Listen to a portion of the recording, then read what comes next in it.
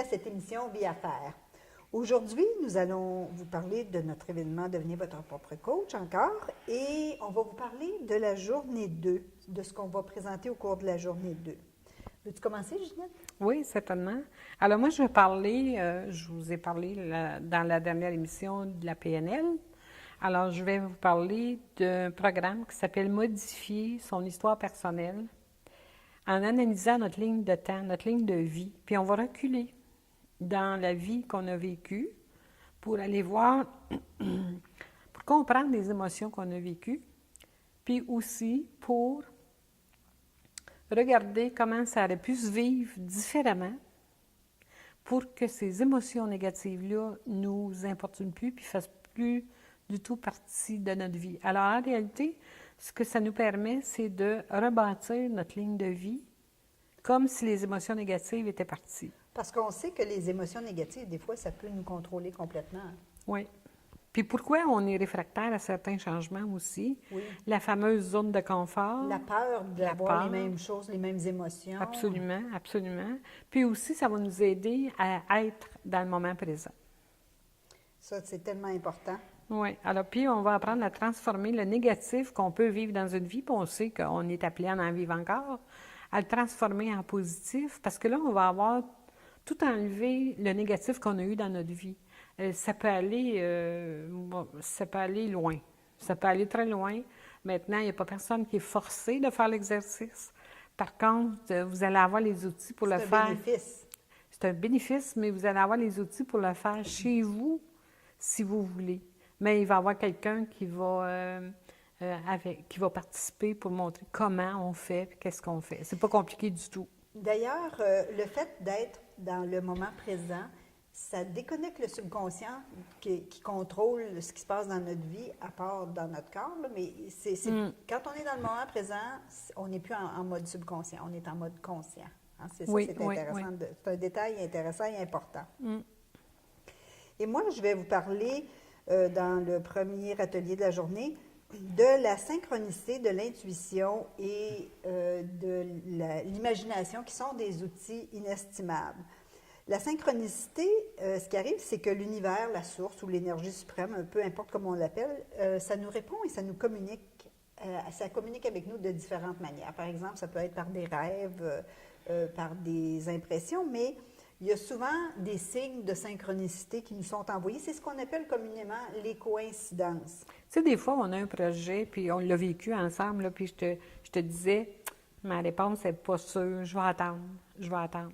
Puis des fois, on va se coucher, puis le lendemain, on arrive, puis c'est clair. C'est clair. Oui. Alors, ça veut dire qu'on suit notre intuition. Il y a un processus qui peut se dérouler pendant qu'on dort, Absolument. surtout quand on a tout aligné nos affaires, c'est Oui. remarquable. Mm-hmm. Donc c'est ça, il s'agit d'apprendre à reconnaître les signes de synchronicité et de s'en servir pour nous guider, pour justement reconnaître ou identifier les actions à prendre, les gestes à poser.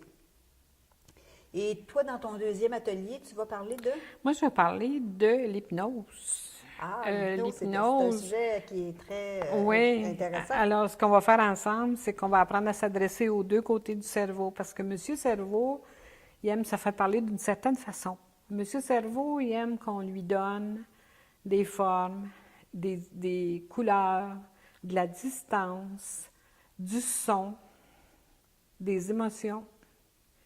Et quand on lui parle de la façon dont il aime se faire parler, il comprend et il répond beaucoup mieux à nos attentes. Hein? C'est très logique. Hein? Donc, c'est très logique. Donc, c'est en réalité, je vous disais au tout début que de la première émission là, concernant nos 2 journées, que moi, la sophrologie, ça avait changé ma vie. Maintenant, quand on parle d'hypnose, là, faites-vous-en pas, je ne ferai pas faire les poules.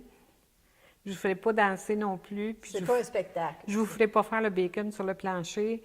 C'est pas l'hypnose qu'on connaît en spectacle. C'est vraiment une façon de se relaxer, de se concentrer et de se laisser guider par ma voix. C'est plus un outil concret pour accomplir des choses. Et si vous voulez, si vous aimez ma voix, vous pouvez toujours vous procurer un MP3 que j'ai fait Et vous pouvez le mettre dans votre iPod puis vous endormir avec le soir. Ah, Hein. c'est intéressant. Oui. Et au cours de l'atelier, je vais aussi parler de l'intuition et de l'imagination.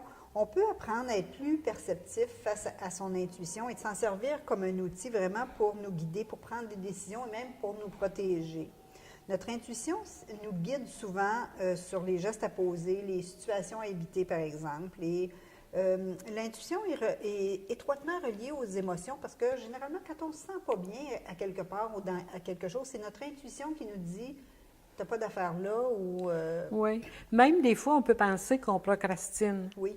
Parce que, supposons, ça te tente, tu te dis, ben, demain, je vais aller à telle place. Hein? C'est pas la même chose que la paresse, là. Non, non, non.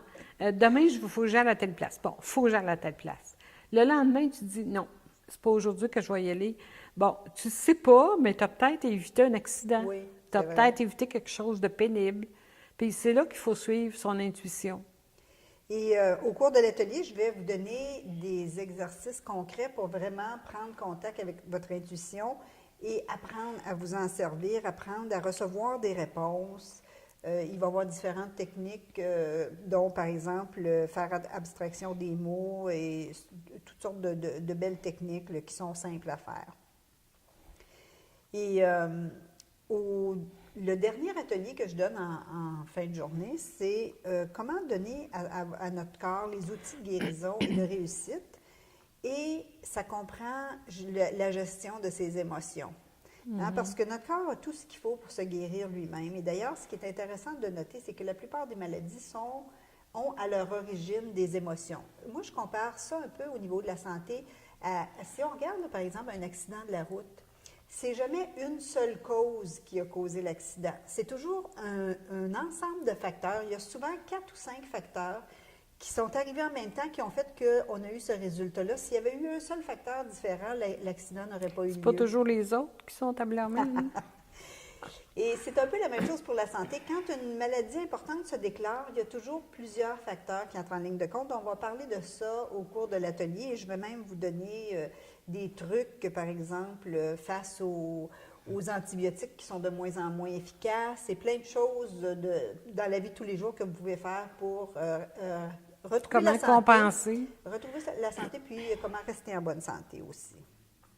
Et dans ton deuxième atelier, tu parles de? Ben, c'est justement l'hypnose. OK. Oui. Bon.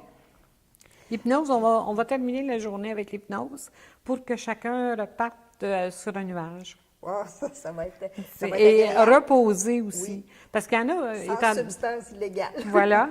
Et vu que c'est un samedi-dimanche, il y en a plusieurs qui vont dire « Ah, ça me tente pas trop parce que, bon, je tiens à mes congés. » Mais je peux vous dire que vous allez repartir de là avec des ailes.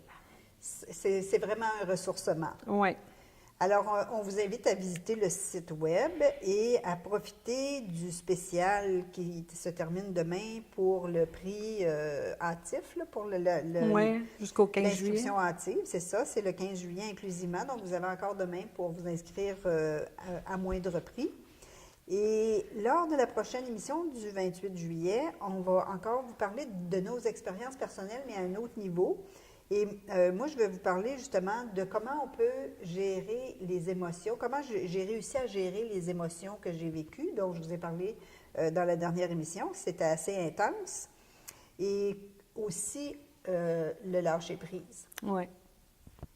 Et toi, tu vas nous parler de… Bien, je vais parler des techniques que je vais utiliser aussi, puis développer alentour de ça. Bon, parfait. Alors, en terminant, souvenez-vous de cliquer notre bouton « J'aime » sur la page Facebook de S'entreprendre Média et de nous laisser vos commentaires, suggestions et questions. Et j'ai une citation aussi. Oui, tu as une citation, c'est ça? Oui, et comme par hasard, ça vient du fondateur de l'hypnose moderne, qui s'appelle Milton Erickson, et lui dit, « Vous savez, mais vous ne savez pas que vous savez. » Alors, je l'ai mentionné un petit peu plus tôt, là, mais ça vient de lui, j'y avais emprunté. OK. Et oui, c'est ça. Puis il y a des fois, il y a des choses qu'on ne sait pas, puis on ne sait pas qu'on ne les sait pas. Exactement. Alors, merci d'avoir été avec nous aujourd'hui et à la prochaine. À la prochaine.